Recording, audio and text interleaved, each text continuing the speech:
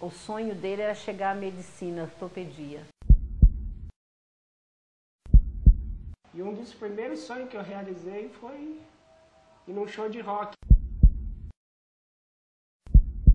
Eu não sei, existe uma força superior à nossa que é muito linda. Ninguém faz nada sozinho.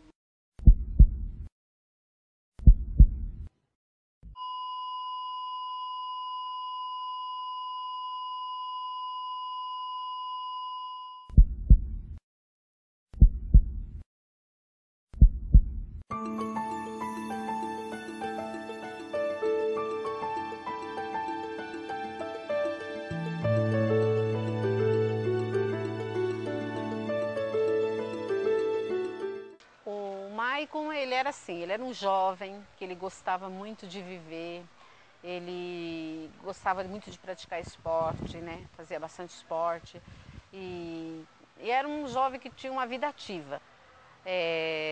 Só que, infelizmente, né, aconteceu um dia, através de um passeio que ele foi fazer com os amigos, né, ele infelizmente sofreu um acidente. Aí, depois de 2 dias que ele estava no hospital, o neurocirurgião deu o laudo da morte encefálica da cabeça, né? Da parada do cérebro. Então, aí falou que se a família aceitava fazer a doação dos órgãos. Aí a gente concordou, né, fazer a doação do órgão dele, porque a gente sempre, não só por mim, mas por ele mesmo, porque ele sempre comoveu muito com o negócio de doação de órgão, de pessoas necessitadas de um órgão para sobreviver, principalmente crianças e tudo, então ele sempre quis ser um doador. Aí a gente resolveu, por bem também, de doar os órgãos dele. Como os pacientes estão em coma, você faz uma graduação, faz uma escala, a gente chama isso de escala de Glasgow. Essa escala vai de 3 até 15. O melhor é o 15, é aquela pessoa que está normal, das suas funções neurológicas, ele respira, ele conversa, ele está acordado, ele anda, tá? E aquele que está em Glasgow 3, que é aquele que não tem nenhuma dessas funções. Ele não respira sozinho, ou se ele respira só, ele respira com uma dificuldade muito grande. Ele não acorda, você pode chamar, você pode mexer a dor, ele não responde. E ele não tem nenhuma atividade motora, não mexe o braço, não mexe a perna, mesmo a dor. Mesmo que eu estimule a dor, ele não faz nenhum movimento. Então esse é a gente fala essa escala de coma 3. Como é que a gente faz diagnóstico de morte cefálica? A gente faz com exames clínicos, principalmente 2 exames clínicos. Esses 2 exames clínicos são feitos por médicos diferentes, para que o mesmo médico, se cometeu algum equívoco, não aconteça de novo. Então são 2 médicos diferentes que fazem, com intervalo de tempo de horas até dias, até 48 horas, conforme a idade do paciente. Quanto mais jovem, mais longo um exame do outro. Eu primeiro examino o paciente e vejo se ele tem alguns reflexos que eu procuro nele para saber se a função cerebral está funcionando. Tá?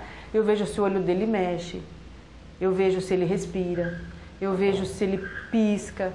São vários sinais que eu vou testando o tronco cerebral, dando funções do tronco cerebral para ver se ele tem. Né? Esse é o exame clínico. Eu vou fazendo exames nele, eu com a minha mão vou fazendo exames nele. Fiz os 2 exames, testo se ele respira ou não. Como é que eu testo se ele respira ou não? Eu submeto ele a aumentar a pressão de gás carbônico, de CO2 que a gente fala. Se você não respirar, o seu gás carbônico aumenta. Tá? E esse aumento do gás carbônico é o estímulo maior que o meu centro respiratório, que está no tronco cerebral, usa para poder fazer a minha respiração. Depois que eu fiz esses 2 testes, escrevi na folha todos os testes, todos os reflexos que ele tem, aí eu parto para o exame, para a propedêutica armada que a gente fala. Ou uma tomografia de crânio, ou uma angiografia que eu injeto contraste nas artérias para ver se tem fluxo cerebral, ou um Doppler transcraniano, ou um eletroencefalograma. São todos os exames que vão provar, junto com o meu exame clínico, que o paciente não tem nenhuma atividade cerebral. Acabei de fazer os 2 exames clínicos mais este exame, eu posso fazer o atestado de óbito do paciente e guardar lá. E esperar o coração parar de bater, porque ele já morreu.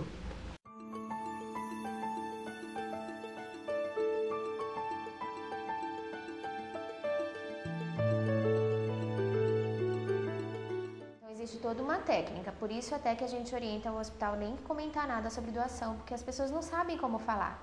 Então a gente fala abertamente sobre morte, fala sobre doação e coloca que a doação é uma opção, não é uma obrigação, não é nada que vai trazer benefício, é uma opção. A opção é ou deixa lá e desliga os aparelhos ou doa os órgãos, mas ele está morto, é uma coisa irreversível, morreu. Então isso é importante para a família compreender. E aí a gente conversa com a família, o que a gente procura fazer? O médico que cuidou do paciente dá o diagnóstico da morte encefálica e nos apresenta, faz esse vínculo entre a família e nós, nos apresentando, para que a gente converse com eles, dê a possibilidade de falar sobre a doação dos órgãos.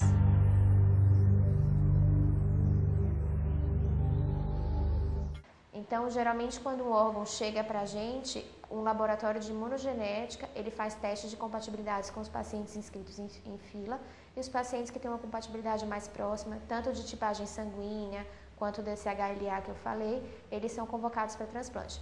Não quer dizer que o paciente convocado vai ser transplantado, porque quando ele chega aqui, ele vai ser avaliado por uma equipe médica de nefrologistas para saber se ele tem condição de ser receptor ou não.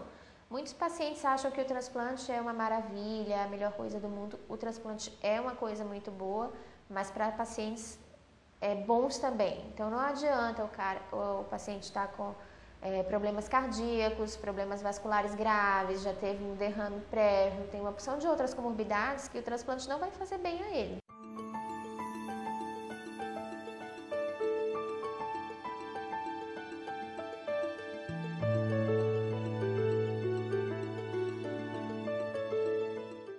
Tenho fibrose cística desde nascença, desde os 2 meses de vida. Eu sempre tive um problema grande no pulmão, com falta de ar, secreção, tosse. E na adolescência para frente eu comecei a ter muita internação contínua. Todo ano eu internava e mais ou menos aos 17 anos eu comecei a tossir sangue. Então foi a primeira vez que tossi sangue, foi o episódio mais forte. O episódio mais preocupante, e daí para cá começou a limitar muito a canseira, a falta de ar.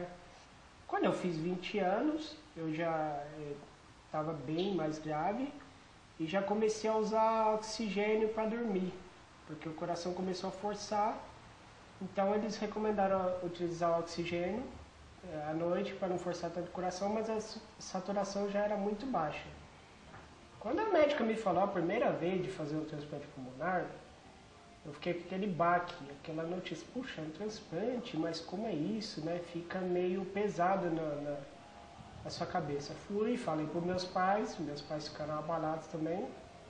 Mas depois de um mês e pouco, eu cheguei e falei, não, eu vou fazer o transplante. Eu não falei para as pessoas, não, talvez eu faça. Eu já cheguei e falei, eu vou fazer um transplante. Nisso eu comecei em 2002 com todos os exames, fiz todas as consultas e tal, entrei para a lista e no dia 20 de outubro de 2004, era uma quarta-feira, na parte da tarde, eu tava em casa, falei para minha mãe, mãe, hoje eu vou no cinema. Eu fui assistir o filme Irmãos de Ferro. Eu cheguei naquele dia e falei para minha mãe, se chamarem para o transplante, como é que eu faço? Ela falou, você vai com Deus. E fui pro cinema. Quando eu estava lá no cinema, na metade do filme, mais ou menos, tocou o telefone. E era do INCOR, era a doutora Marnova. A hora que eu vi que era a doutora Marnova, eu saí de cinema rapidinho, assim, nem tive falta de ar, nada. Aí ela falou para eu vir pro INCOR, chegar aqui o mais rápido possível, né, se eu estava bem, e que poderia ser feito o transplante.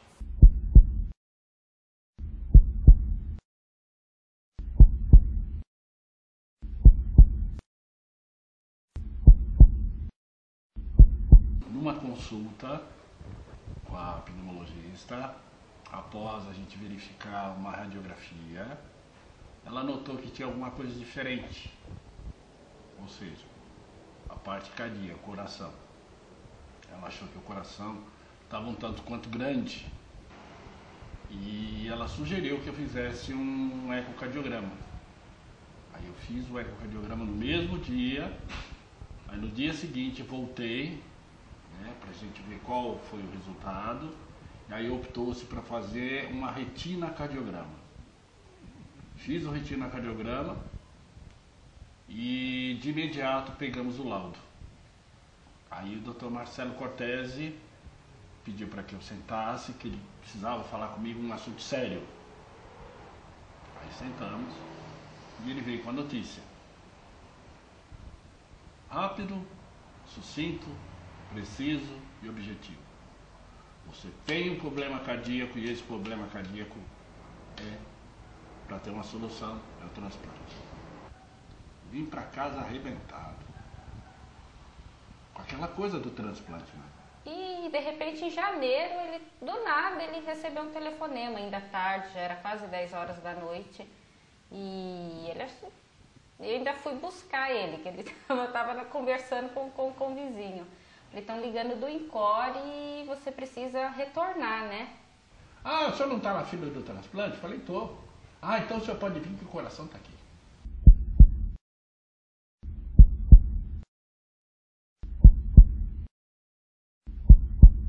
Começou o transplante, depois, sei lá de quantas horas. Eu sei que eu abri os olhos, depois de 16 horas eu abri os olhos. Abri os olhos. E quando você abre o olho assim, tem uma penumbra lá no fundo. A primeira voz que eu ouvi foi, eu tô aqui. Era a voz da minha esposa. Aí passou um tempo, aí chegou a fisioterapeuta da UTI. Ela chegou e falou, a gente vai te desentubar. Mas eu estava sob tanto efeito de anestesia que eu não vi desentubar, eu nem senti. Só que quando desentubaram, que eu respirei pela primeira vez, foi como se tivessem tirado um peso assim do pulmão, porque é como se eu tivesse respirado de novo, é uma sensação única, tá vivo de novo. Os caras arrancaram meu coração. Falei, bom, já fiz o transplante, estou vivo, estou legal. Então eu passei a ser referência para muitos transplantados que estavam ali em cima, que, puxa vida, já estavam lá há 20, 30 dias, tá? E eu com 10 dias andando. Eu passei a ser referência para eles. E muitos perguntavam assim para mim, puxa vida, eu sou transplantado, o que eu faço? Você faz, você vive, pô. Se te tiraram um coração, te deram uma segunda chance de vida, você tem que viver. Para mim, viver, a primeira coisa que eu queria que acontecesse na minha vida era colocar os pés para fora do hospital e tá chovendo para me sentir, sabe, a chuva no meu rosto. E eu não sei, existe uma força superior à nossa que é muito linda. Quando eu estava saindo, eu estava chovendo. Né? Aí eu pedi para um amigo meu, falei, Denner, por favor, me leva no meio da água. Ele falou, você está brincando? Eu falei, não, estou falando sério. Ele me levou assim, para frente do carro onde estava chovendo, eu levantei o rosto para cima, e ali misturou a água da chuva com as lágrimas que estavam saindo do meu rosto, né, de felicidade, enfim. Eu sempre ajudava ele nas fisioterapias, porque tinha que fazer fisioterapia por regar massa corporal. Fazia no pé, para ele conseguir andar melhor, subir escada, descer escada, nos braços principalmente.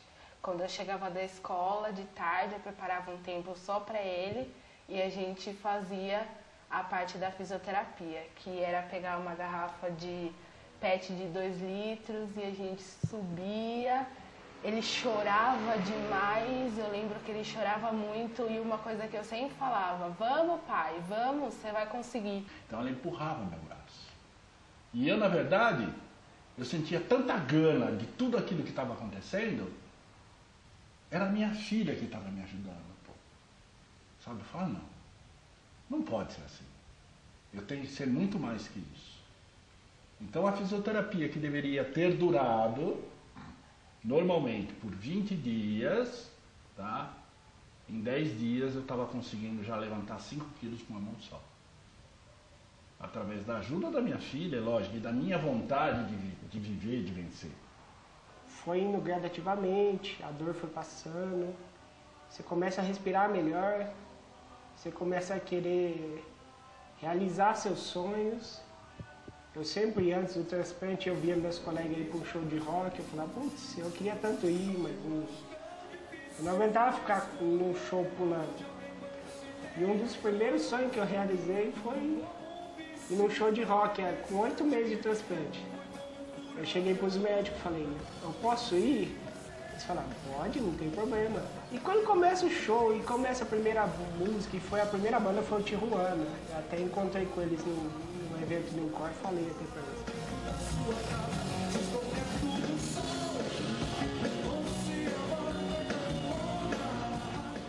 E que eu cantei aquela música inteira, e depois cantei outra, e pulando. Eu falei, putz, agora o pulmão tá aprovado, passou no teste.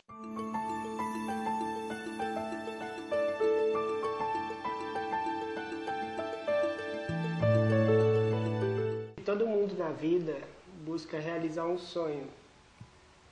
Eu, antes de fazer o transplante, eu tinha muitos sonhos. E graças a um gesto de uma doação, eu consegui realizar os meus.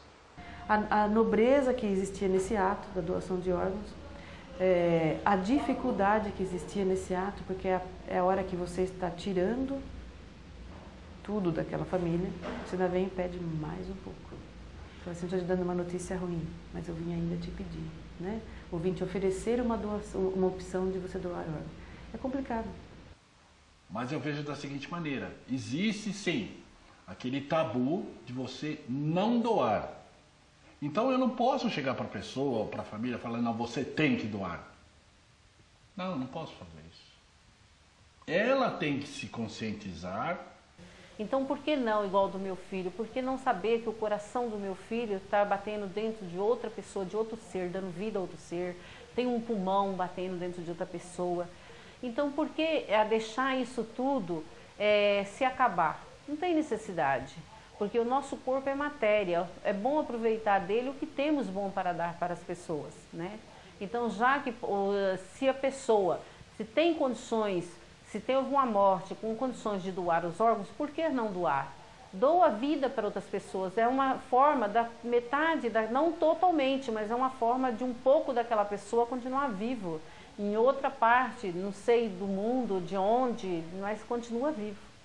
Isso é muito bom para a gente, saber que tem algo do filho da gente sendo, como diz, que está vivo ainda, que não partiu totalmente. Sim. Não, eu posso doar. Sim, eu quero doar. Só 3 palavrinhas. Mais nada. Só isso.